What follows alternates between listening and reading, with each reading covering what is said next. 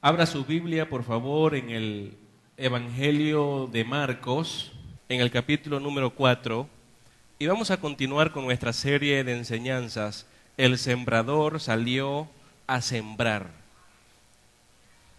Esta es la tercera entrega de nuestra serie de mensajes y hoy hemos ya arribado al clímax de esta enseñanza. El sembrador salió a sembrar, tercera parte, la buena tierra. De eso vamos a hablar un poco en este día. Marcos capítulo 4, versículo 1 hasta el 20, allí el Señor Jesús se refiere a la parábola del sembrador. Habían transcurrido aproximadamente 2 años del ministerio de Jesucristo acá en la tierra. Y los discípulos seguían a Jesús y habían abandonado absolutamente todo. Habían abandonado familias, trabajo, bienestar, comodidad, todo lo habían abandonado para seguir a Jesús. Pero se estaban encontrando con algo que de alguna manera les estaba causando ciertas dudas. Y era el hecho de que las multitudes seguían a Jesús interesadas en los milagros y en todo aquello que podían recibir de Él, pero no abandonaban todas las cosas para creer en Él como Señor y Salvador de sus vidas. Muy probablemente ellos tenían dudas sobre eso. Quizás alguno de ellos ya tenía el interés de acercarse a Jesús y preguntarle por qué las personas lo rechazaban, por qué no se arrepentían, por qué no creían en Él. Si ellos habían entendido que Él era el Mesías, el Salvador del mundo, ellos habían entendido la realidad del pecado y habían dejado todo para seguir a Cristo, ¿por qué el resto de las personas no aceptaban el mensaje de Jesús? Al contrario, lo rechazaban, le daban la espalda. Eso mismo continúa pasando en la actualidad y ha sucedido a lo largo de toda la historia del cristianismo. Cuando el Evangelio es predicado, algunos creen, pero muchos otros rechazan el Evangelio. ¿Por qué? El Evangelio es un llamado al arrepentimiento, es un llamado a la fe en el Señor Jesucristo, para recibir el perdón de los pecados y para recibir la salvación. Salvación porque lo que se avecina sobre el mundo es la ira de Dios, es el juicio de Dios. Todo ser humano merece pasar la eternidad en el lugar de castigo, el infierno, porque es delante de Dios pecador. El ser humano hace lo malo y la Biblia dice que Dios es un Dios justo. El Evangelio revela esa condición espiritual de la humanidad. El Evangelio le dice a la humanidad que es culpable de pecado, que tiene que arrepentirse y deben humillarse ante el Dios creador de todas las cosas. Y que ese Dios creador envió a un mediador, envió a una persona para que tomara nuestro lugar y enfrentara la ira de Dios por nosotros. Ese mediador es Jesucristo, quien murió en la cruz, pagando la pena del pecado, que es la muerte. Por eso Jesús murió en la cruz. Él tenía que venir, Él tenía que padecer y Él tenía que morir. Y lo hizo en nuestro lugar. La Biblia dice que resucitó al tercer día y subió al cielo. Y está sentado a la diestra de Dios Padre y todas las cosas fueron colocadas por debajo de sus pies. Y le ha sido dada a Él toda potestad. Él es Señor de señores y es Rey de reyes. El Evangelio da a conocer esa verdad. El Evangelio es el mensaje de Dios, pero no solo es un mensaje, es un mandamiento de Dios. El Evangelio es un mandamiento a toda persona, no solo a algunos, a todos. El Evangelio manda que se arrepientan. Es una ordenanza de poner la fe en Jesús como Señor y Salvador. Así que las personas al escuchar el Evangelio, algunos creen y muchos otros lo rechazan. Al escuchar el mensaje de que son culpables, de que irán al infierno, aún así hacen caso omiso de ese mensaje. ¿Por qué? ¿Por qué no quieren creer al mensaje? Hemos dicho en los 2 mensajes anteriores que algunos piensan que el evangelio es algo muy duro y ofensivo, y que las personas al escucharlo se sienten ofendidas y entonces prefieren marcharse de las iglesias donde ese mensaje es predicado y por eso no se arrepienten. Así que muchos predicadores han querido perfeccionar el mensaje. La pregunta es, ¿podemos perfeccionar algo que Dios mismo nos ha dado? ¿Somos acaso nosotros más sabios que Dios? ¿O será que somos más amorosos que Él? ¿O más perfectos que Él para mejorar lo que Él mismo nos ha dado? De esa manera, muchos predicadores hoy han renunciado a llamar al arrepentimiento. Han renunciado a decirle a las personas que son culpables de pecado para que no se ofendan y comienzan a presentar un evangelio de ofertas, un evangelio que promete prosperidad económica, un evangelio que promete exoneración de problemas, exoneración de sufrimientos, un evangelio que solo le ofrece a las personas lo que ellos quieren recibir. Bien habló Pablo de personas que vendrían con comezón de oír, con ganas de escuchar lo que les conviene, y también se levantarían de en medio de la iglesia falsos maestros que predicarían un mensaje conforme a los deseos de estas personas que tienen comezón de oír. Eso fue una verdad en el tiempo de Pablo y es una verdad en nuestros días también. El evangelio que ofrece ese tipo de cosas es un evangelio mentiroso. Cuando nosotros vamos a la palabra de Dios y leemos sobre el evangelio, nos apercibimos de una vez que el evangelio no promete exoneración de problemas y de sufrimiento. Al contrario, podría traer mayor sufrimiento y mayores problemas, porque vivimos en una sociedad que no ama a Dios, al contrario, lo desprecia. Y como desprecian a Dios, desprecian todo aquello que se rinde a la voluntad de Dios. Por eso vemos que el evangelio hoy está prohibido en muchos países del mundo y es el objeto de burla de muchas personas también. Y a nosotros los cristianos se nos falta el respeto y de alguna manera se nos persigue debido a la fe cristiana. Se dice que es una fe ciega, se dice que es una fe ridícula, se dice que el evangelio no tiene sentido, pero es porque el ser humano prefiere amar más su pecado que amar la palabra de Dios. Es así como muchos predicadores y muchos maestros hoy han querido cambiar el mensaje del evangelio para hacerlo más atractivo a la cultura en la que hoy estamos. Como estamos viviendo en una cultura posmoderna, entonces se ha predicado un evangelio posmoderno, un evangelio que se ajuste a las necesidades de hoy. El posmodernista piensa que no existen verdades absolutas. Dios existe, pero no existe ninguna verdad absoluta. Es decir, Dios viene a ser todo aquello que a cualquier persona se le ocurra que Dios sea, porque no hay una verdad que defina todas las cosas, sino que cada quien puede tener su propia verdad. La verdad entonces es subjetiva. No hay una verdad para todos, sino que cada quien tiene su propia verdad individual y lo que debemos hacer es respetar la verdad que todo el mundo tiene. Eso enseña a la cultura posmodernista. El evangelio posmodernista entonces no llama al arrepentimiento porque cada quien puede vivir como quiera. Solo ofrece bienestar financiero. Es por eso que hay tantos mensajes que se refieren a la prosperidad y es por eso que se habla tanto de pactos en estos días y se hace tanto el llamado a las personas que lleven todo lo que tienen y lo entreguen a la iglesia y así se enriquecen quienes predican el mensaje, mientras que quienes escuchan el mensaje lo que hacen es empobrecerse cada vez más y no reciben salvación y no reciben bendición de lo alto. Al suprimir el mensaje del evangelio y convertirlo en otra cosa, estamos quitándole a las personas la oportunidad que tienen para arrepentirse y para creer. Si no les decimos que son pecadores y si no les decimos que tienen que arrepentirse, entonces ¿cómo creerán y cómo serán salvos? Les estamos negando la oportunidad y les estamos mintiendo.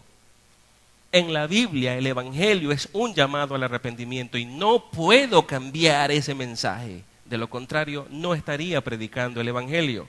Los discípulos estaban llenos de dudas. Ellos habían dejado todo para seguir a Jesús, pero estaban viendo que la mayoría de las personas no lo seguían.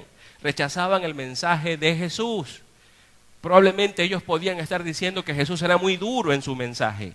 ¿Se acuerda cuando estudiamos Juan capítulo 6? Fíjese bien lo que Jesús les decía a las multitudes. Si no comen mi carne, les decía, y beben mi sangre, no pueden ser mis discípulos. En otras partes de la Escritura les dijo, si no aborrecen padre y madre, hijo e hija y hasta su propia vida por causa de mí, no pueden ser mis discípulos. Ese es un mensaje sumamente exigente. Tengo que dejar a mi familia, tengo que dejar mis posesiones, tengo que abandonarme a mí mismo para seguir determinadamente a Jesucristo. De lo contrario, no puedo seguirle. ¿Es eso lo que Jesús nos está diciendo? La respuesta es sí. ¿Es eso lo que Jesús nos dice? ¿Es eso lo que debemos hacer? Alguien podría decir, es un mensaje muy exigente. Lo es.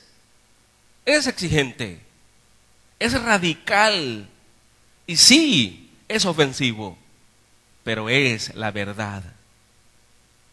¿Me oye? Es la verdad, no hay otra verdad. Ese es el evangelio que Dios nos ha dado. Ahora, en Marcos capítulo 4 vamos a leer los versículos 1 al 20 para que podamos entonces recordar el contexto en el cual el Señor Jesús da esta parábola. Marcos capítulo 4, versículos 1 al 20. Dice así: Otra vez comenzó Jesús a enseñar junto al mar, y se reunió alrededor de él mucha gente, tanto que entrando en una barca se sentó en ella en el mar, y toda la gente estaba en tierra junto al mar. Y les enseñaba por parábolas muchas cosas, y les decía en su doctrina: Oíd, he aquí el sembrador salió a sembrar. Y al sembrar aconteció que una parte cayó junto al camino, y vinieron las aves del cielo y la comieron. Otra parte cayó en pedregales donde no tenía mucha tierra, y brotó pronto porque no tenía profundidad de tierra. Pero salido el sol, se quemó, y porque no tenía raíz, se secó. Otra parte cayó entre espinos, y los espinos crecieron y la ahogaron, y no dio fruto. Pero otra parte cayó en buena tierra, y dio fruto, pues brotó y creció, y produjo a 30, a 60 y a 100 por uno. Entonces les dijo: el que tiene oídos para oír, oiga. Cuando estuvo solo, los que estaban cerca de él con los 12 le preguntaron sobre la parábola, y les dijo: a vosotros os es dado saber el misterio del reino de Dios, mas a los que están fuera, por parábolas todas las cosas, para que viendo, vean y no perciban, y oyendo, oigan y no entiendan, para que no se conviertan y les sean perdonados los pecados. Y les dijo: ¿no sabéis esta parábola? ¿Cómo, pues, entenderéis todas las parábolas? El sembrador es el que siembra la palabra, y estos son los de junto al camino, en quienes se siembra la palabra, pero después que la oyen, enseguida viene Satanás y quita la palabra que se sembró en sus corazones. Estos son asimismo los que fueron sembrados en pedregales, los que cuando han oído la palabra, al momento la reciben con gozo, pero no tienen raíz en sí, sino que son de corta duración, porque cuando viene la tribulación o la persecución por causa de la palabra, luego tropiezan. Estos son los que fueron sembrados entre espinos, los que oyen la palabra, pero los afanes de este siglo y el engaño de las riquezas y las codicias de otras cosas entran y ahogan la palabra y se hace infructuosa. Y estos son los que fueron sembrados en buena tierra, los que oyen la palabra y la reciben y dan fruto a 30, a 60 y a 100 por uno. Vamos a orar.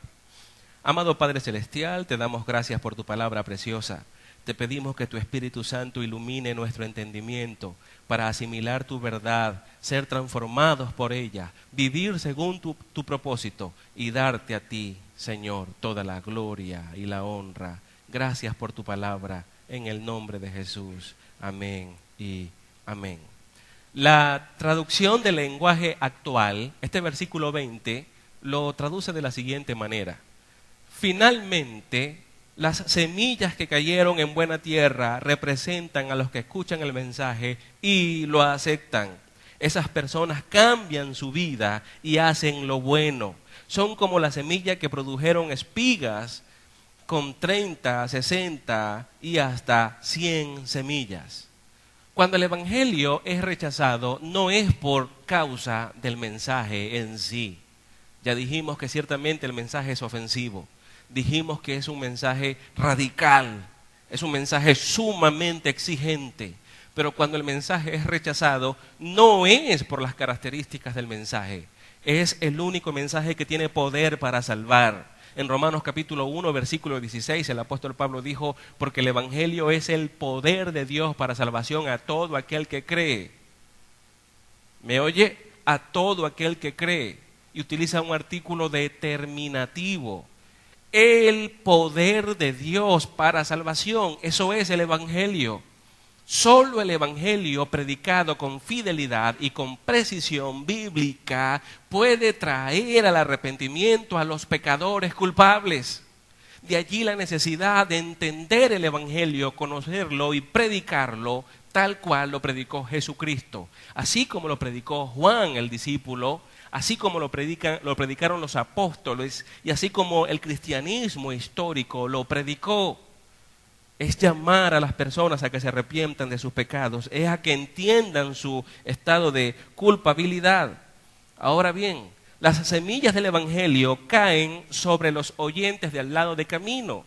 Y ya sabemos que ese camino es un camino endurecido, porque las personas al transitar por allí aprietan la tierra hasta endurecerla de tal modo que queda como el asfalto en las calles de hoy. Cuando la semilla caía en el camino no podía encontrar nada de profundidad y las aves del cielo podían ver la semilla con mucha facilidad y así comerla fácilmente. Jesucristo entonces ha dicho que esta parte de terreno, de tierra, representa a esas personas que no muestran ningún interés en el evangelio de Jesucristo. Usted les predica varias veces, esas puede hasta ir a visitarlos en sus hogares y leerles muchos pasajes de la Biblia, pero ellos no tienen ningún interés, no les importa. Son como esas personas que siempre decimos que les entra por un oído y les sale por el otro. No muestran ninguna manifestación de prestar atención al mensaje. Ellos están enfocados en sus propias vidas. Así Jesús también se refiere a los oyentes que están entre las piedras, ese camino rocoso, en donde hay una pequeña superficie muy fina de arena, y cuando la semilla cae allí, encuentra poca profundidad, echa raíces rápidamente, brota con rapidez, pero cuando el sol sale, la arena se seca, las raíces necesitan mayor humedad, pero no pueden encontrarla porque debajo están las rocas, y entonces el sol la quema y muere de una vez. Jesús dice que ese representa a aquellas personas que por autoestima abandonan el evangelio. Ellos oyeron, así como la semilla que cayó en el camino. Ellos oyen el evangelio, pero lo olvidan rápidamente porque no tienen ningún interés. La semilla que cayó entre piedras representa a las personas que también oyen la palabra, pero responden emocionalmente al evangelio. Son las personas que encuentran en el evangelio o en el cristianismo un lugar para divertirse, nuevos amigos, quizás un mensaje terapéutico que les pueda dar paz por las circunstancias que les ha tocado enfrentar, un lugar donde sentirse bien o pasar el tiempo, pero cuando se dan cuenta de la persecución que puede traer la fe en el Señor Jesús, del compromiso que esto exige, entonces renuncian porque realmente no han creído. ¿Me oye? Son respuestas emocionales. Son personas que vienen solo para escuchar algo que les agradó en un momento, pero no están comprometidos, nunca se han arrepentido y nunca han creído. Ellos terminan renunciando al evangelio y renunciando al cristianismo. Estuvieron un tiempo en la iglesia, los pudimos ver que sirvieron en algunos ministerios, algunos hasta se bautizan, ¿me oye? Son hasta buenos estudiantes en escuela dominical, pero apenas la persecución aparece, ellos no están dispuestos a pagar el precio. Son personas que no están dispuestas a dejarlo todo por la causa de Cristo. Son como esas personas que escucharon a Jesús predicar, hacer milagros y alimentar a los 5,000 y estaban allí mientras recibían algo bueno de Jesús. Pero cuando surgió el llamado al compromiso, cuando Jesús les dijo que tenían que aborrecer todo por causa de Él para ser sus discípulos, no estuvieron dispuestos y se marcharon. Son personas que se aman demasiado y no están dispuestos a aborrecerse a sí mismos para seguir a Jesús. Fíjese, Los del camino, ellos oyeron el evangelio, pero no mostraron nada de interés. Los de Pedregales, ellos oyeron el evangelio, mostraron algo de interés, pero no se arrepintieron realmente, no creyeron nunca. Fue una respuesta emocional. El enorme amor que se tienen a sí mismos les impide negarse o estar dispuestos a sufrir por la causa de Cristo, de manera tal que renuncian al mensaje y terminan en la misma condición que terminaron los del camino, perdidos. Continúan en su estado de corrupción espiritual y están perdidos. Luego Jesús entonces se refiere a la semilla que cae entre espinos. ¿A quiénes representa estos? Estos representan a esas personas que vienen a la iglesia, escuchan el evangelio, lo oyen, aparentan arrepentirse, aparentan creer realmente en el Señor, aprenden pasajes de la Biblia, estudian, son buenos, trabajan en los ministerios. De hecho, algunos de ellos llegan a ser hasta líderes de ministerio y podrían durar varios años en la iglesia, pero nunca los vemos dar ningún fruto espiritual. ¿Me oyen? El interés de ellos está en el mundo. Esta clase de semilla da fruto, comienza a crecer, pero crecen en medio de los espinos, y esta maleza fuerte, una maleza muy odiosa, según estudiamos en el mensaje anterior, termina ahogando el fruto que la semilla pueda dar. Son personas que están dentro de la iglesia, pero viven en pecado, tienen pecados ocultos, practican la maldad. El apóstol Juan, en su primera carta, fue enfático cuando dijo que las personas que aman a Dios no aman al mundo. Esta tercera clase de semillas son aquellos que oyeron el evangelio, pero continúan amando al mundo. Se siguen dejando llevar por los placeres de la carne. ¿Me oye? Tienen su mirada puesta en las riquezas. Es decir, tienen intereses superiores al llamado que Dios les hizo, aunque están en la iglesia. Lo más terrible de este tipo de semilla es que representa a falsos pastores, falsos maestros, son expositores de la palabra que están en púlpitos. De ellos es que surgen el evangelio de la prosperidad. De este tipo de gente es que surge la enseñanza de los pactos, de las palabras proféticas. ¿Me oye? La falsa doctrina que surge de esta clase de semillas, donde nacen los apóstatas, iglesias como la Odisea, que estaban dentro de un templo adorando a Jesús, pero Jesús estaba en la parte de afuera del templo llamando a la puerta, porque ninguno de ellos había creído en el Señor. Y así tenemos a muchos falsos expositores hoy, a muchos falsos pastores, predicadores y falsos profetas, a los pseudoapóstoles que manipulan, engañan y que viven enriqueciéndose a costilla de las personas que no conocen bien la verdad y por eso son manipulados, engañados. Esta es la semilla de la apostasía, esta es la semilla del falso cristianismo. Personas que están en la iglesia, personas que estudian la Biblia, personas que aparentan enseñar la verdad de Dios porque se llenaron de doctrina teológica, pero sus vidas no fueron cambiadas, sus vidas no fueron transformadas. Ellos tienen la mirada puesta en el mundo, en las riquezas, en los placeres. Son personas materialistas y están en la iglesia corrompiendo a la iglesia, manipulando a los débiles en la fe. Esta es la tercera semilla. Son personas no salvas, son personas que tendrán que enfrentar el juicio de Dios. Están perdidos, igual que la semilla que cayó entre piedras y la semilla del camino. Estas son las personas que vieron en el evangelio la oportunidad para engañar. Toman la verdad, pero con la verdad engañan y manipulan. Estos son los apóstatas.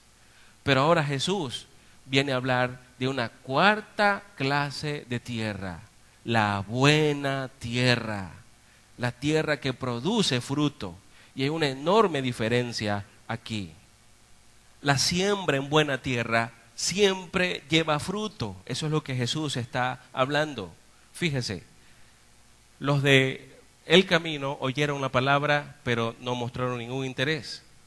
Los de tierra llena de piedras oyeron la palabra y mostraron interés emocional, pero luego cuando llegó la persecución y el sufrimiento renunciaron porque no estaban realmente comprometidos.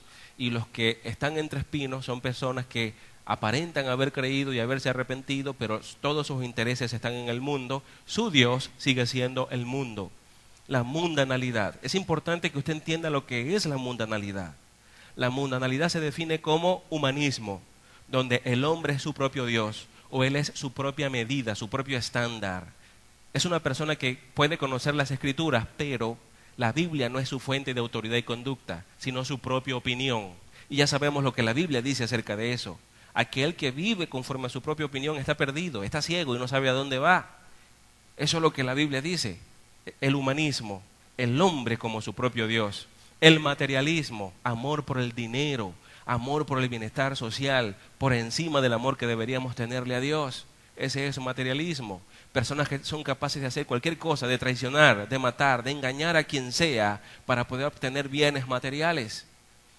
La gente materialista es egoísta. La gente materialista es avara. Ahora, también la mundanalidad se define como relaciones sexuales ilícitas, la fornicación, el adulterio. Y sabemos cómo abundan hoy las relaciones sexuales fuera del matrimonio. ¿Me oye? Ese tipo de cosas, humanismo, materialismo, relaciones sexuales ilícitas, han estado invadiendo a la iglesia. Y lo han estado invadiendo por predicadores que tienen su mirada puesta en el mundo. ¿Por qué estas tres clases de terrenos no respondieron al Evangelio de Dios? Porque estas tres clases del Evangelio tienen su corazón endurecido a la palabra de Dios. ¿Me oye? La mente de ellos está oscurecida, como lo dijimos en el mensaje anterior. La voluntad de ellos está esclavizada y la Biblia lo dice con claridad. Romanos capítulo 3, versículo 10 en adelante, es una radiografía de la condición espiritual del ser humano sin Cristo. Primero los Corintios capítulo 2 versículo 14, el apóstol Pablo dice que el ser humano en su condición natural no puede entender la palabra de Dios, porque estas son cosas que tienen que discernirse espiritualmente. ¿Me oye? El capítulo 3 de la primera carta a los Corintios enseña que las personas se pierden en la carne cuando desechan el mensaje de la palabra de Dios que es claramente enseñado. ¿Por qué el mundo no responde al Evangelio? Porque no se quieren arrepentir de sus pecados. ¿Por qué tanta persona se va al infierno? Escuche bien esto para que pueda entender lo que voy a decir después. Porque si no entiende esto que voy a decir ahorita, lo que voy a decir después le va a causar a usted explosión en los oídos. ¿Por qué las personas se van al infierno? Porque deciden, escuche, deciden rechazar el Evangelio. ¿Por qué son condenados? Porque no quieren creer en Jesucristo como Señor y Salvador de sus vidas. Nunca jamás una persona en el infierno podrá de alguna manera decir, estoy aquí porque Dios no quiso salvarme. No, toda persona en el infierno sabrá que está en ese lugar porque decidió rechazar el Evangelio de salvación, que es el mensaje acerca de Jesucristo. Todo el que se pierde ha decidido rechazar a Dios. Ellos están representados allí. La semilla que cayó en el camino, la semilla que cayó entre piedras y la semilla que cayó entre espinos son personas con corazones endurecidos y dan respuestas falsas al Evangelio. Unos no tienen el menor interés, otros responden solo de manera emocional y muchos otros responden aparentemente, pero todos sus intereses siguen puestos en el mundo y lo que el mundo ofrece. Son personas que no quieren creer. Pero el ánimo llega cuando Jesús dice, pero otra parte cayó en buena tierra y dio fruto, pues brotó y creció y produjo a 30, a 60 y a 100 por uno. Ahora, la buena tierra es profunda, la buena tierra es suave, la buena tierra ha sido enriquecida y está limpia. Ni Satanás, ni la carne, ni el mundo pueden sofocar el Evangelio cuando es plantado en esta clase de tierra. Son corazones que están preparados para recibir el Evangelio de Dios. Son oídos que están abiertos para escuchar la palabra de Dios. Es una mente que ha sido iluminada para entender el Evangelio de Dios. Es una voluntad que ha sido liberada para sujetarse a los mandamientos de Dios. Esa es la tierra buena. Esa es la tierra buena. El tercer terreno es bueno, porque previamente había sido preparado para recibir la semilla. ¿Me oye? No estaba endurecido ese terreno porque fue arado. La dureza le fue quitado cuando se aró la tierra, se hizo sensible, se hizo blanda.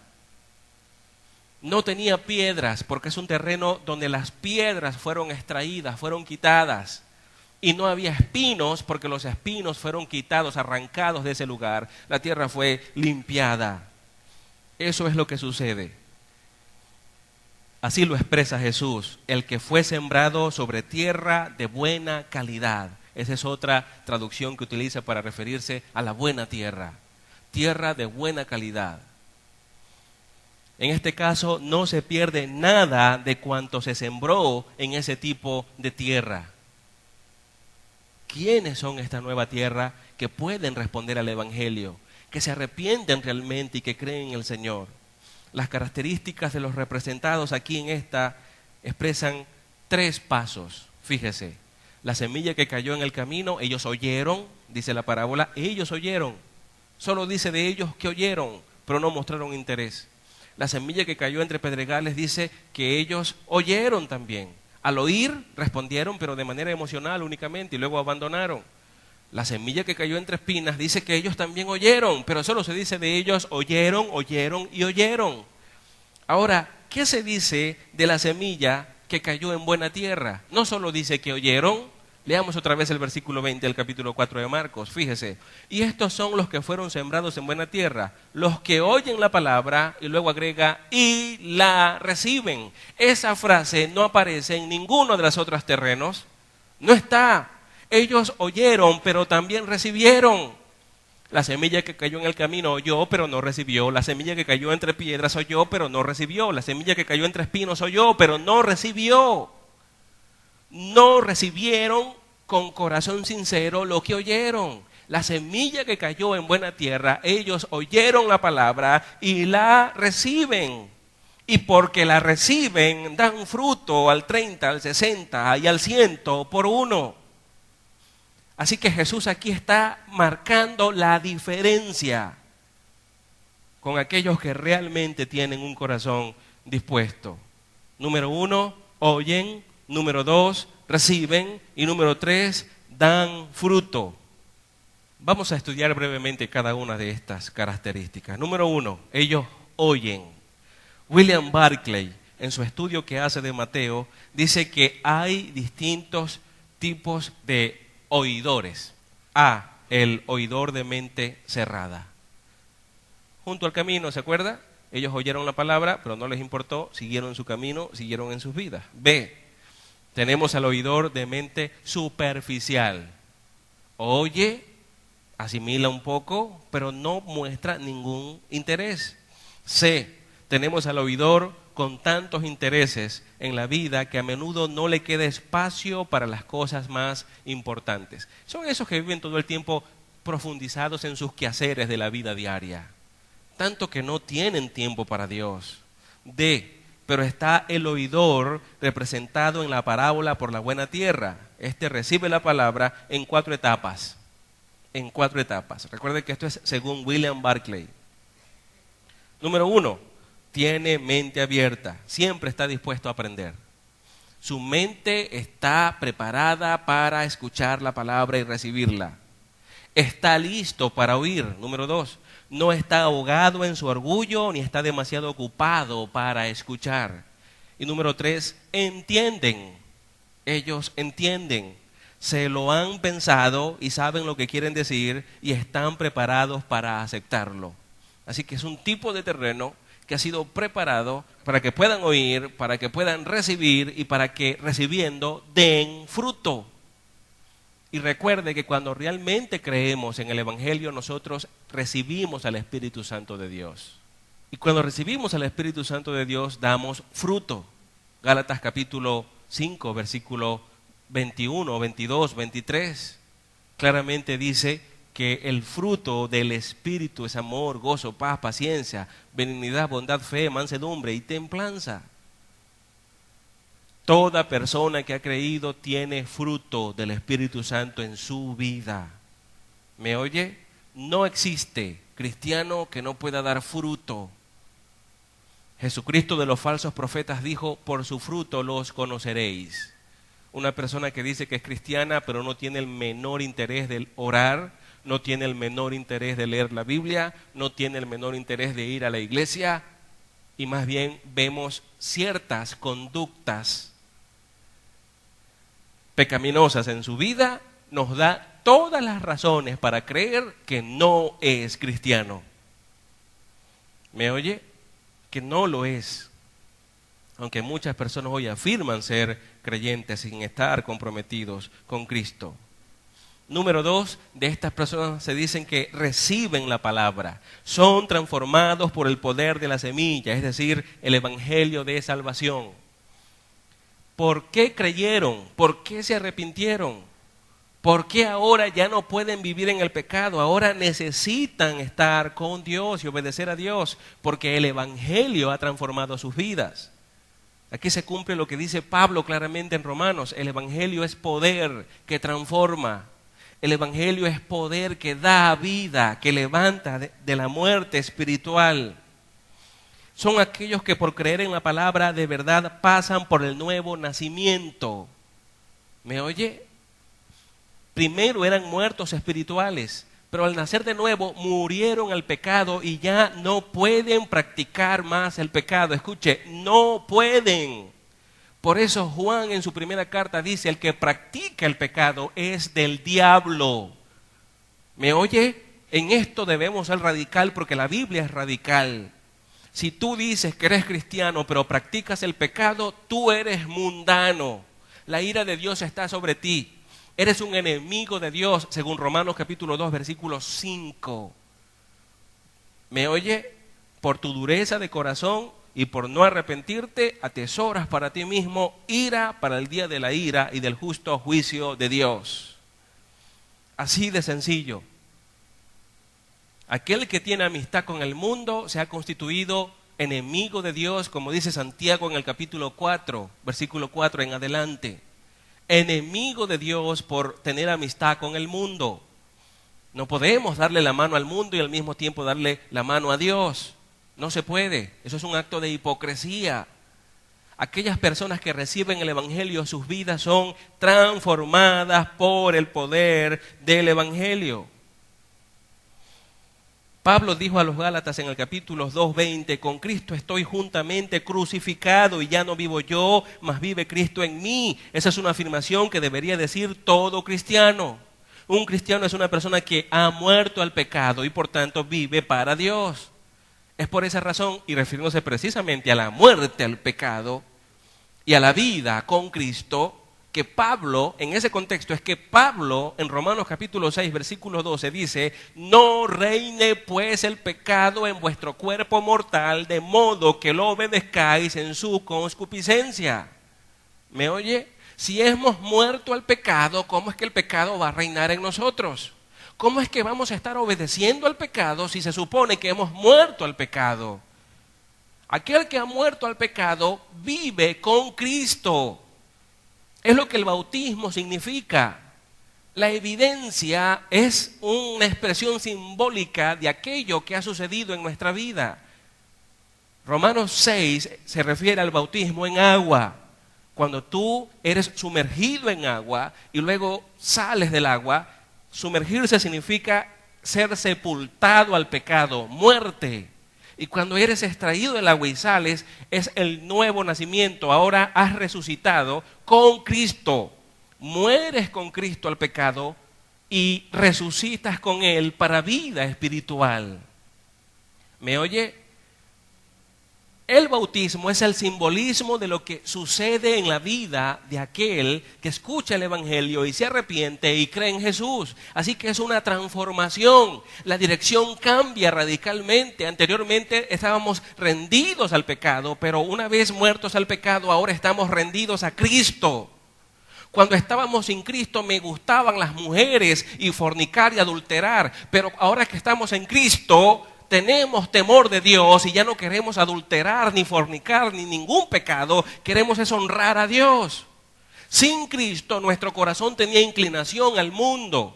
¿Me oye? Al humanismo, al materialismo, a las relaciones ilícitas. Con Cristo nuestro corazón tiene inclinación a honrarlo, a glorificarlo, a obedecerle. Es una transformación y eso es lo que sucede en la nueva tierra. Y por eso Jesús dice que ellos oyeron, ellos recibieron y porque recibieron dan fruto.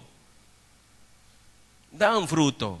Pero aquella persona que dice haber creído y sigue en su pecado, escúcheme, puede ser la semilla junto al camino, la semilla en piedras, la semilla en espinos, pero no es la semilla en buena tierra. No es. Se sigue abrazando con su pecado y se sigue sintiendo bien en su pecado, es un inconverso que aparenta ser cristiano. Es importante que estemos claros en esas definiciones, porque la Biblia así lo enseña. Y por eso Pablo pudo decir, con Cristo estoy juntamente crucificado y ya no vivo yo, mas vive Cristo en mí. La expresión que usan muchos creyentes, me bajo de la cruz, es satánica. Es una expresión que viene del infierno, porque si puedes bajarte de la cruz, significa que no has muerto con Cristo. El que se murió no puede bajarse, está muerto. ¿Me oye?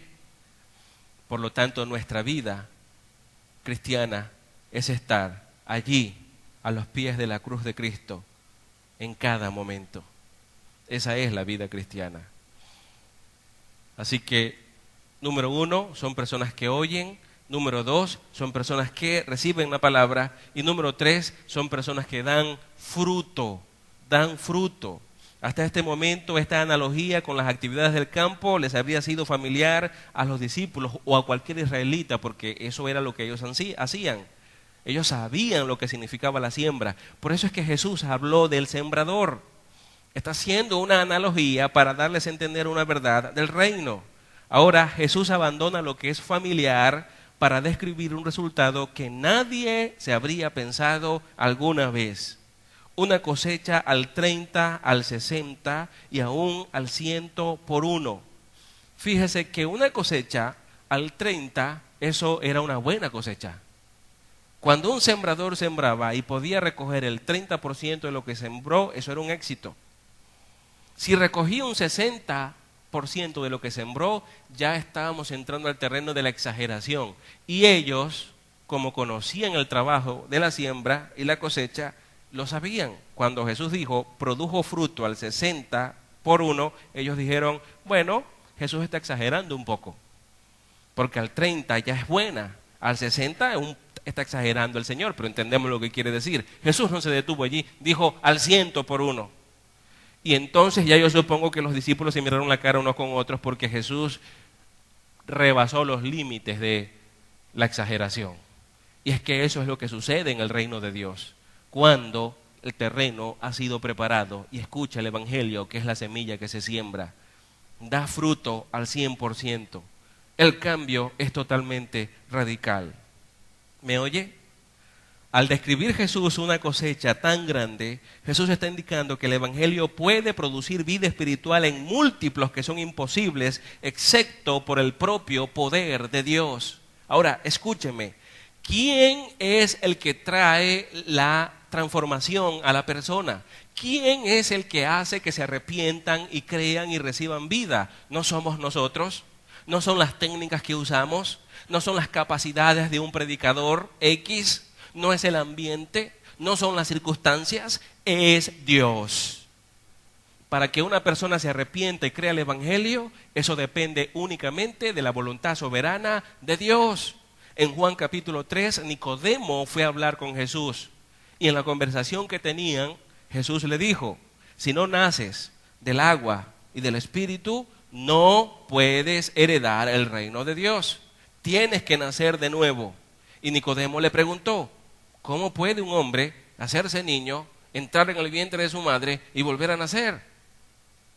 Muchas personas han menospreciado lo que Nicodemo dijo. Y dicen que Nicodemo no entendió. Pero ¿sabe algo? Nosotros deberíamos darle crédito a Nicodemo, porque quien estaba hablando con Jesús, Nicodemo, era un doctor, una persona bien preparada. Así que el lenguaje que él usó, Jesús podía entenderlo. Ellos estaban hablando a un nivel muy alto de conocimiento. No es lo mismo que usted lee en la Biblia una conversación entre Pedro y Jesús que leer una conversación entre Nicodemo y Jesús. Aquí estaban dos maestros de la ley, dos personas altamente preparadas y hablando en un lenguaje de alto nivel. Así que lo que Nicodemo quiso decirle fue: ¿de qué manera puede un hombre nacer de nuevo? Nicodemo no se confundió, él hizo la pregunta que tenía que hacer. Y Jesús entendió la pregunta que Nicodemo le hizo. Así que la respuesta también ha sido muy mal interpretada hoy día. Y he escuchado maestros decir que la respuesta de Jesús fue: no sé. La respuesta de Jesús no fue no sé. La respuesta de Jesús fue: tú no puedes hacer eso. Eso es algo que solo el Espíritu Santo de Dios, de manera soberana, hace. ¿Me oye? Eso fue lo que quiso Jesús decir cuando usó la metáfora del viento. Cuando dijo: el viento sopla de donde quiere, te pega en la cara, pero no sabes de dónde viene, ni sabes a dónde va. Así es el que nace del agua y del Espíritu, le dijo Jesús. El nuevo nacimiento es así. No depende de nosotros, depende completamente, al 100%, de principio a fin, solo de Dios. Eso es algo que hace cortocircuito en los seres humanos. Y le voy a decir por qué. Porque toda nuestra vida nos han enseñado a obtener las cosas por mérito. ¿Me oye? Si te portas bien, te compro una chupeta. Si haces la tarea, te compro los patines que me pediste. Si te portas bien en el salón de clase y copias lo que está en el pizarrón, te voy a llevar a comer un helado. Así que desde pequeños nos enseñaron a recibir las cosas por méritos. Yo hago, recibo. Sembré, puedo recoger. Nos acostumbraron a eso. Y entonces queremos traer esa costumbre también al reino de Dios. Crecimos con eso y entonces entendemos: si estudio y me esfuerzo en estudiar, puedo recibir un título. Con un título es posible que tenga un buen trabajo. Con un buen trabajo es posible que tenga un buen salario. Si me esfuerzo en ser responsable, en hacer las cosas bien, en ser eficiente en el trabajo, me ascienden y recibo un mejor salario. Así que hay que esforzarse. Los méritos, las cosas que haga me van a traer méritos. Y con ese tipo de pensamiento venimos al Evangelio de Dios. Y resulta que el Evangelio de Dios te dice esto: no puedes hacer nada para recibir la salvación. Ya eso es un cortocircuito en nuestra mente. ¿Cómo que no puedo hacer nada? ¿Cómo que no puedo yo mismo por mi propia cuenta arrepentirme? ¿Cómo es que yo mismo no puedo tener fe yo? Claro, toda una vida me enseñaron que tengo que hacer cosas para merecer otras. El Evangelio me dice: no mereces el perdón, no mereces la salvación, no mereces el cielo y no puedes hacer nada para recibir nada de eso. Se te es dado solo por gracia. Es un regalo de Dios, punto. No hay nada que tú hagas. Nada. ¿Me oye? Y aquí vamos adentrándonos un poco en este punto. La preparación del corazón para el Evangelio, entonces, es la tarea del Espíritu Santo. Juan 16, versículo 8 al 15, allí la Biblia nos dice que solo Él convence de pecado. ¿Me oye? Solo el Espíritu Santo te convence a ti de que eres culpable de pecado y que necesitas el perdón. Juan capítulo 3, versículo 3 al 8, se nos dice que solo el Espíritu de Dios es quien regenera. La regeneración, ese es el nuevo nacimiento del que estábamos hablando.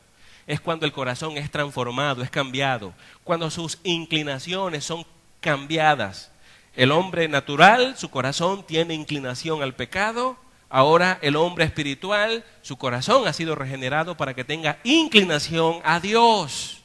Pero fíjese, es Dios quien transforma, quien cambia las inclinaciones del corazón, no eres tú.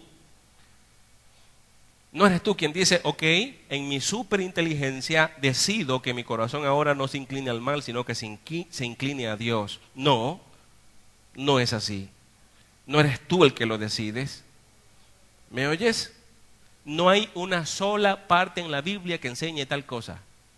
Es lo que quisiéramos escuchar. Y yo entiendo a mucha gente que refuta estas enseñanzas y la llaman herejía. Pero escúcheme, es lo que la Biblia realmente enseña. Allí está. Fíjese, la obra en el corazón es del dominio completamente de Dios. Ezequiel capítulo 36, versículo 25 al 27. Mire lo que dice esa cita, Ezequiel 36, 25 y el 27. Dice así: esparciré sobre vosotros agua limpia, y seréis limpiados de todas vuestras inmundicias, y de todos vuestros ídolos os limpiaré. Os daré corazón nuevo. Ahí está hablando el Señor. ¿Quién nos dará un corazón nuevo? Dios.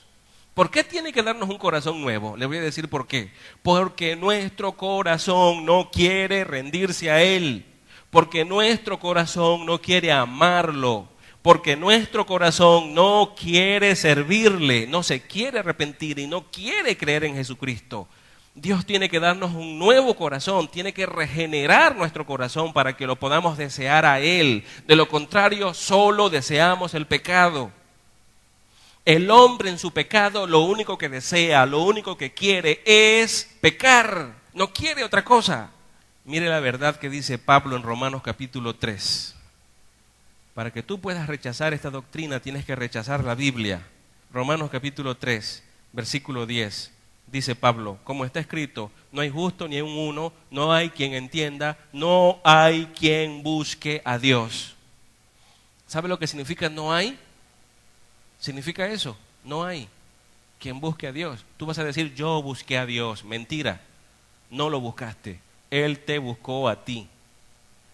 Ninguna persona puede decir, estoy aquí en el templo porque yo un día, que soy súper inteligente, yo busqué el Evangelio y lo estudié por mi cuenta y yo lo entendí, y entonces entendiendo yo que soy tan capaz intelectualmente hablando, entonces busqué a Dios y lo encontré. No, eso no lo enseña la Biblia que tú puedas hacer. Lo contrario, dice que no puedes, no puedes. ¿Dónde dice que no puedo, pastor? Vamos a seguir buscando entonces en Juan. Vaya conmigo al Evangelio de Juan en el capítulo número 6. Y fíjese lo que dice en el versículo 44. Juan 6, 44. Dice, ninguno puede venir a mí si el Padre que me envió no le trajere, y yo le resucitaré en el día postrero. ¿Se da cuenta lo que dice Jesús? Ninguno puede venir a mí. ¿Qué significa que no puede? Significa que está incapacitado para venir a Él. ¿Puedes venir a Dios por tu propia fuerza porque tú así lo decides? La Biblia dice, no, no puedes. El pecado te tiene esclavizado. Escúchame, por eso en el mensaje anterior te lo expliqué. La mente del ser humano está oscurecida y no puede entender la verdad de Dios. Número 2, el corazón del ser humano está endurecido. Así que la semilla de la palabra de Dios no puede entrar. Y la voluntad del ser humano está esclavizada al pecado, por lo tanto no puede hacer una cosa diferente que pecar. Alguien diría, pero yo conozco gente cristiana que hace cosas buenas. Sí, yo también. Y por eso es que en el mensaje anterior te cité Isaías, donde dice que cualquier obra que pueda parecer buena ante los ojos de los hombres, ante los ojos de Dios es un trapo de inmundicia. ¿Por qué? Porque ciertamente los hombres pueden hacer cosas buenas, pero esas cosas buenas que hacen no son meritorias para que se le otorgue la salvación. ¿Me oye? La salvación no es por obras. La salvación solo es por gracia. Por gracia, escúchame, no hay nada, absolutamente nada que tú puedas hacer para salvarte. Y aquí entonces en Juan 6:44 dice, ninguno puede venir a mí. El término ninguno significa ninguno, no hay nadie. En toda la historia de la humanidad no ha existido un solo hombre o una sola mujer que pueda o que tenga la capacidad de venir por sus propios medios a Cristo, o que diga, decido ir a Cristo. No es posible. Nadie ha existido con esa capacidad. Y no solo no puede, no quiere tampoco. Aquí Juan capítulo 5, versículo 40, dice, y no queréis venir a mí para que tengáis vida. Y Jesús les está hablando a los fariseos, personas que conocían la ley. Fíjense cómo les dice en el versículo 39. Les dice, escudriñad las Escrituras, porque a vosotros os parece que en ellas tenéis la vida eterna, y ellas son las que dan testimonio de mí. La traducción correcta No es escudriñar imperativo, sino un indicativo. Escudriñáis. Jesús les está diciendo esto. Ustedes todo el tiempo están estudiando las Escrituras. Todo el tiempo lo hacen. Y ustedes saben que en las Escrituras hay vida eterna. Y saben que las Escrituras hablan de mí. Lo saben. Pero aunque lo saben, no quieren venir a mí para que tengan vida. Fíjese. Jesús no les dijo que ellos no conocían la verdad. Jesús les dice, ustedes conocen la verdad porque ustedes estudian las Escrituras, la conocen. Y ustedes saben que las Escrituras hablan de mí, lo saben, pero aún así no quieren venir a mí. Así que hay dos cosas importantes del ser humano en su pecado. Número 1, no puede venir a Dios. Número 2, no quiere venir a Dios. ¿Hace cosas buenas el hombre? Claro, pero esas cosas buenas no lo acercan a Dios ni un centímetro. ¿Me oye? Sigue perdido. La salvación solo es por gracia. Ahora fíjese, os daré corazón nuevo, dice en Ezequiel 36, 25 al 27. Os daré corazón nuevo y pondré espíritu nuevo dentro de vosotros.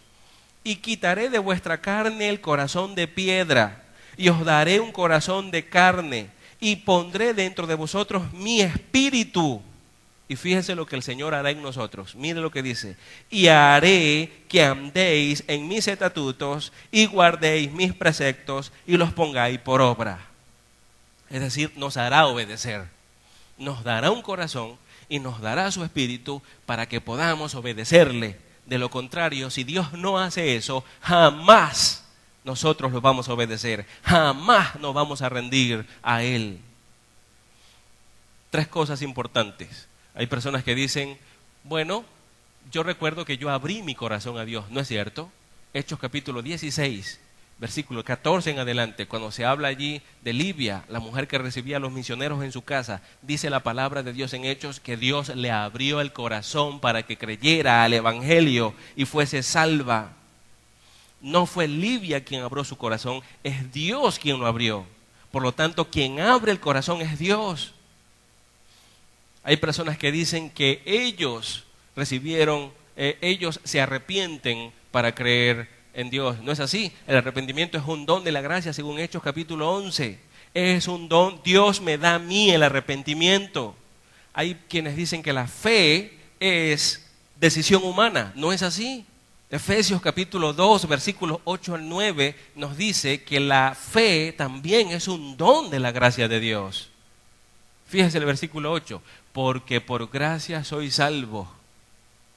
¿Me oye? Solo por gracia. Efesios 2, 8. Por medio de la fe. El medio para ser salvos es la fe.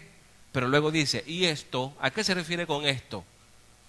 Se refiere a la fe. Algunos dicen no puede referirse a la fe porque es un término neutro. Esto es un término neutro y nunca en la gramática se usa un término neutro para referirse a un término femenino, que es la palabra fe. El punto es que en el griego la fe es el acto de creer, que también es neutro. Por lo tanto, se aplica perfectamente. Porque por gracia soy salvo por medio de la fe, y esto, la fe, no de vosotros, pues es un don de Dios. ¿Qué es un don de Dios? La fe. La fe es un don.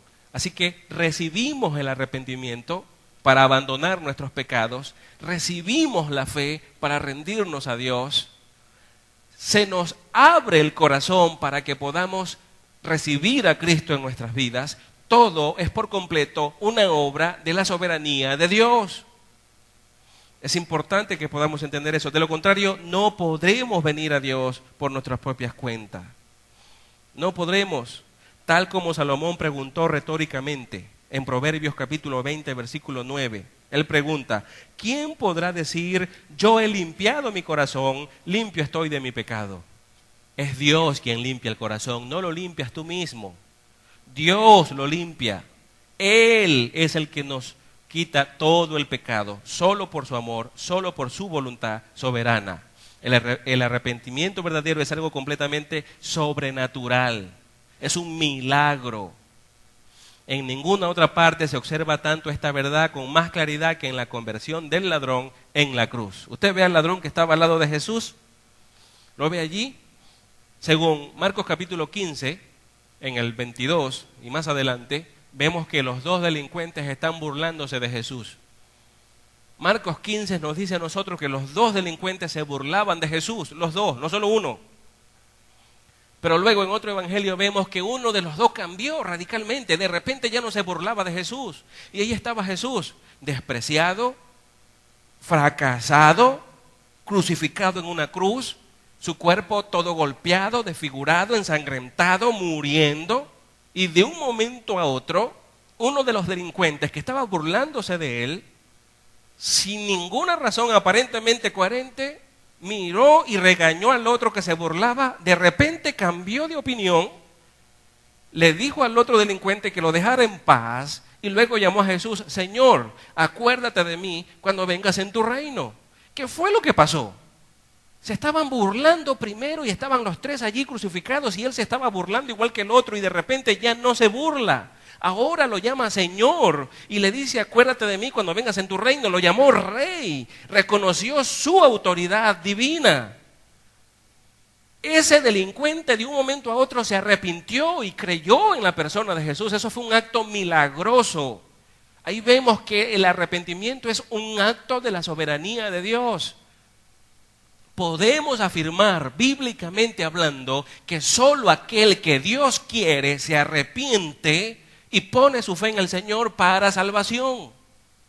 Solo aquel que Dios quiere. Todos los demás van a rechazar a Dios hasta el final y por eso serán condenados.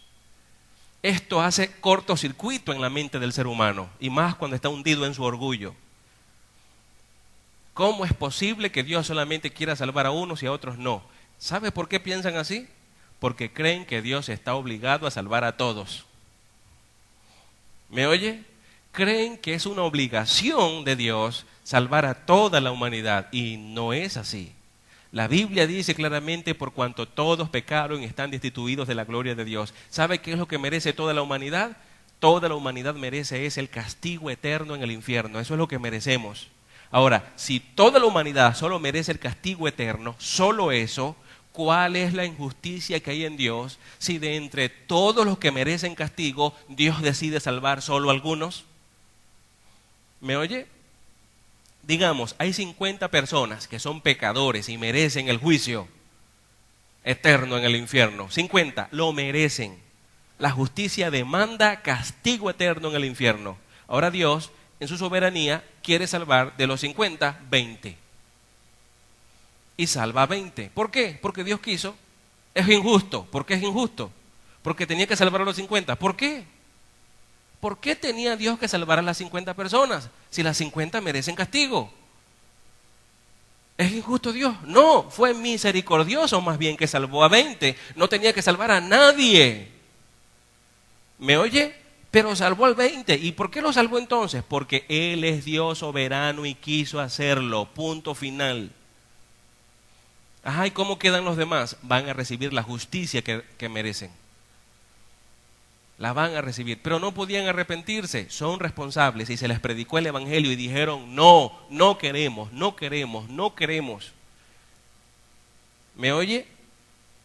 De entre 50 culpables que merecen juicio, Dios decide salvar solo a un grupo y eso no es injusticia, eso es misericordia, porque no merece salvar a nadie. La pregunta entonces Dios salva solo algunos y esos algunos son los que Él quiere salvar. La respuesta a esa es sí. Dios salva solo a los que Él quiere salvar y a los demás los condena porque eso es lo que merecen. Pero a los que salvó también merecían, sí, pero Dios decidió en su misericordia perdonarlos y no estaba obligado a perdonarlos a todos. Acompáñame brevemente a la carta a los Efesios, por favor. Mire lo que Jesús dice aquí en esta carta. En el versículo 4 del capítulo 1, Pablo dice: según nos escogió, es decir, Dios eligió, apartó para salvar, según nos escogió en Él, antes de la fundación del mundo, para que fuésemos santos y sin mancha delante de Él. Luego dice: en amor, habiéndonos predestinado, a esas personas que Dios eligió, a esos Dios los predestinó para vida eterna en el cielo. Fíjese, versículo 5, en amor, habiéndonos predestinados para ser adoptados hijos suyos por medio de Jesucristo, según el puro afecto de su voluntad. Fíjese, nos eligió y nos predestinó. Y preguntamos, ¿por qué? ¿Por qué lo hizo? Pablo dice, porque ese fue el afecto de su voluntad. Eso fue lo que él quiso hacer. ¿Me oye? Dios decidió salvar a unos y a los demás los dejó tomar la decisión. A todos los demás los dejó que decidieran. ¿Y qué decidieron? Decidieron rechazar a Cristo. Decidieron abandonar el evangelio que podía darle vida eterna. Esto la Biblia entonces lo llama elección. Aunque también hay responsabilidad humana. También lo enseña la Biblia. Antes que nada está la parte divina en la que Dios actúa con soberanía para asegurar la salvación del creyente. Fíjese bien. En Juan, el Evangelio de Juan, en el capítulo número 6, versículo 37, se enseñan estas dos grandes doctrinas. El hombre es responsable de su pecado y Dios es soberano en la salvación. En un solo versículo, estas dos doctrinas están. Fíjese el versículo 37. Dice, todo lo que el Padre me da vendrá a mí, dijo Jesús. ¿Quiénes vendrán a Jesús? Los que el Padre les da. Aquello que el Padre no les da, ellos no vendrán. Ahí vemos la soberanía de Dios. A eso es lo que quiere decir en el versículo 44, cuando dice, ninguno puede venir a mí si el Padre que me envió no le trajere. Es decir, es el Padre el que trae las almas a Cristo. Todo lo que el Padre me da vendrá a mí. Y luego dice, y al que a mí viene, el hombre es responsable de venir a Cristo. Al que a mí viene, no le echo fuera. Es decir, Jesús va a recibir a todo aquel que se acerque a Él. Nadie será rechazado. Algunos me han preguntado, ¿y si de las personas que no fueron elegidas por Dios, se arrepintiera alguno y viniera a Cristo? En el hipotético caso de que eso sucediera, Jesucristo no lo va a rechazar. Pero ¿sabe una cosa? Ya he probado por la Escritura que eso nunca va a suceder. No se van a arrepentir. He escuchado a predicadores decir que cuando estén en el infierno se van a arrepentir. Escúcheme, no, ni en el infierno se van a arrepentir. Si Jesús descendiera al infierno y abre la puerta del infierno y le dice a la gente que está allí dentro, les dice, les doy la oportunidad de que se arrepientan y se rindan a mí y serán librados del infierno. Ellos mismos tomarían la puerta del infierno y la cerrarían de nuevo, con odio hacia Jesús. El infierno mismo no produce arrepentimiento en las personas. No quieren arrepentirse, ¿me oyen? Algunos han tomado Lucas capítulo 16 para hablar del rico y Lázaro. Lázaro el pobre murió, fue al cielo, el rico fue al infierno, al Hades. Lázaro fue al seno de Abraham.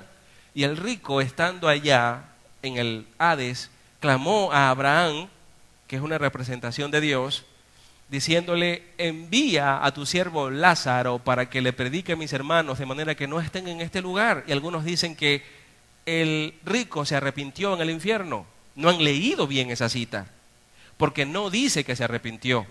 Dice que se está lamentando del sufrimiento en ese lugar.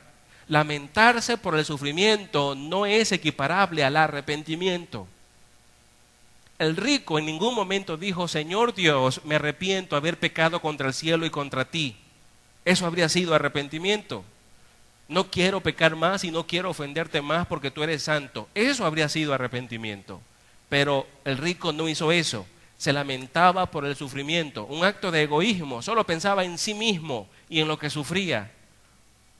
Y se olvidó aún más de la santidad de Dios. ¿Me oye? Envía a Lázaro, a mis hermanos que aún viven, para que se arrepientan y no vengan a este lugar. Solo para que escaparan del sufrimiento, pero no para reconocer la autoridad de Dios y su santidad. ¿Me oye? ¿Y qué le dijo Abraham? Abraham le dijo, no, ni aunque se levantaren de entre los muertos, ellos van a creer, si no creen a Moisés y a los profetas, que ya les están predicando la verdad. ¿Me oye? Así que ni el infierno mismo puede producir arrepentimiento en las personas. las personas tienen su corazón tan endurecido, su corazón es una piedra, una roca, donde la verdad del Evangelio no entra. Las personas son como el camino donde cayó la semilla, son como las piedras donde cayó la semilla y son como los espinos. Y para que sean buena tierra, tienen que ser limpiados. La tierra tiene que ser emblandecida, las piedras tienen que ser sacadas, los espinos tienen que ser arrancados, tiene que ser limpiada la tierra para que la semilla entre, encuentre profundidad y pueda dar fruto al 100%, como dijo el Señor Jesús. Por lo tanto, hermanos, el Evangelio no puede traer éxito dependiendo de nosotros o de la metodología que usemos. Nuestro deber como iglesia es tomar el Evangelio tal cual está en la Escritura y darlo a conocer a las personas. ¿Quiénes van a salvarse? Aquellos sobre los cuales el Espíritu Santo de Dios sobre y los traiga a vida eterna. Nuestra tarea es predicar el Evangelio. La tarea de salvar a las personas es solo de Dios, no es nuestra. Nosotros no podemos convencer a nadie de pecado, así que no trate de mejorar el mensaje porque lo que hace es dañarlo. Predique el mensaje de arrepentimiento, predique el mensaje que le dice a la gente que es pecadora, predique el mensaje que le dice a la gente que tiene que creer en Jesús para que puedan tener vida. El Espíritu Santo de Dios hará el resto cuando la semilla es sembrada en la tierra correcta. Otra pregunta entonces, para ya finalizar. ¿Cómo sabemos cuál es la tierra correcta? ¿Cómo sabemos? Le voy a dar la respuesta. Mateo capítulo. ¿Usted quiere saber cuál es la tierra correcta? Se lo voy a decir. Para que usted sepa dónde predicar el Evangelio y dónde no. Escuche, preste atención. Mateo capítulo 28, versículo 18 al 20. Dice: y Jesús se acercó y les habló diciendo: toda potestad me es dada en el cielo y en la tierra. Por tanto, id y haced discípulos a todas las naciones, bautizándolos en el nombre del Padre y del Hijo y del Espíritu Santo, enseñándoles que guarden todas las cosas que os he mandado, y aquí yo estoy con vosotros todos los días hasta el fin del mundo. Amén. ¿A quién hay que predicar el Evangelio? A todos. A todos. ¿Quiénes son los elegidos? No sé. Esa no es mi tarea, esa es tarea de Dios. Yo le predico el Evangelio a todos. Ajá, pastor, ¿y por qué Dios no eligió a todo el mundo? No sé. Dios en su voluntad quiso elegir solo a unos. ¿Por qué lo hizo así? Esa es su soberana voluntad, punto. Eso es lo que la Biblia enseña. Mi tarea es predicar el Evangelio a todo aquel que se cruce en el camino.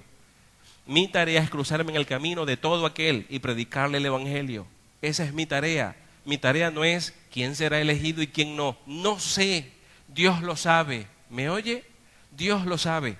Ahora, como dice Pablo en Romanos 9, las personas que les hace cortocircuito esta enseñanza, Pablo les dice: ¿quién eres tú para que alterques con Dios? ¿Quién eres tú?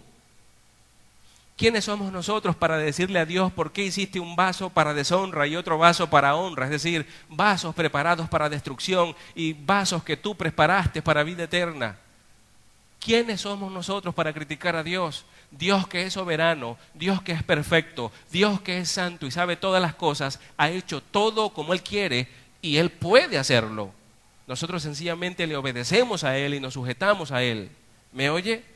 Así que entienda esto, el Evangelio es uno solo y es como está en la Escritura y debe ser predicado de ese modo. Van a salvarse los que Dios quiere que se salven y eso no depende de usted ni depende de mí. Solo una tarea tenemos, solo un deber, un compromiso y un mandamiento: conocer el Evangelio, creerlo, obedecerlo y predicarlo al mundo entero a tiempo y fuera de tiempo. ¿Me oye?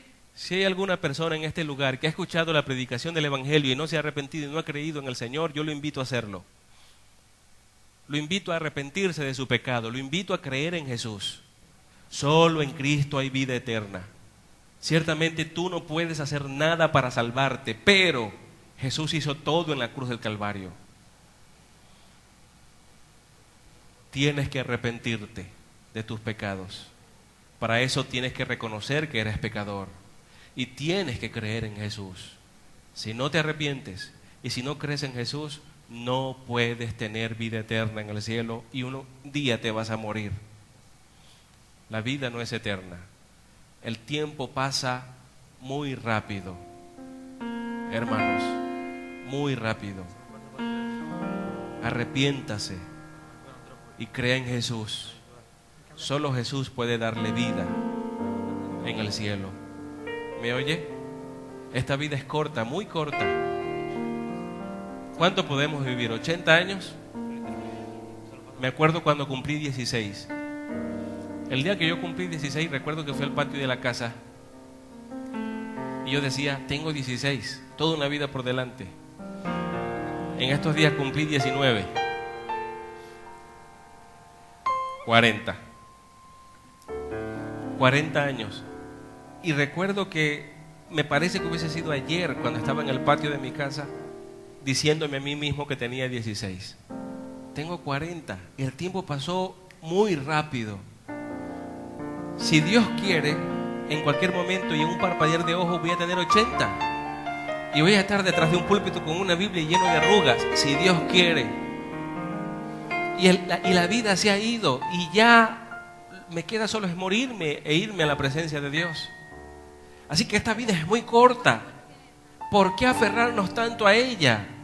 Dios nos ofrece cosas mejores. Si vamos a sufrir en esta vida, pues suframos. Dios nos ofrece algo mejor en el cielo. ¿Me oye? No nos aferremos a esta vida, aferrémonos a Cristo. Él es el Señor, Él es el Rey, Él es el Salvador. Estimado amigo y amiga, arrepiéntase de sus pecados. Crea en Jesús como Señor y Salvador de su vida. Comprométase con Él. Nada que usted haga en esta vida tiene significación eterna. Usted dirá, tengo un buen trabajo, tengo un buen carro, tengo una buena casa, vivo en un buen sitio. Eso es momentáneo, temporal, efímero, porque un día vas a morir. ¿Me oyes? La pregunta entonces es esta: ¿estás preparado para ese día? Porque no pensamos en la muerte, no pensamos en eso, pero la muerte es algo seguro. ¿Estás preparado para ese día? Cierre sus ojos. Amado Padre Celestial, gracias por tu palabra preciosa. Gracias por tu Espíritu Santo que nos convence de pecado. Gracias, Señor, porque tú eres quien nos trae a Cristo para recibir el perdón de los pecados y la vida eterna. Gracias, Señor, porque en tu voluntad soberana tú no cometes errores. No te equivocas, Señor. Todo lo haces perfecto. Gracias, Señor, por tu amor. Gracias por tu fidelidad.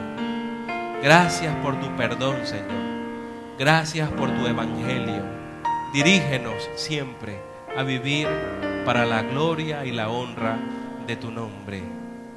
En Cristo Jesús te damos gracias. Amén y amén.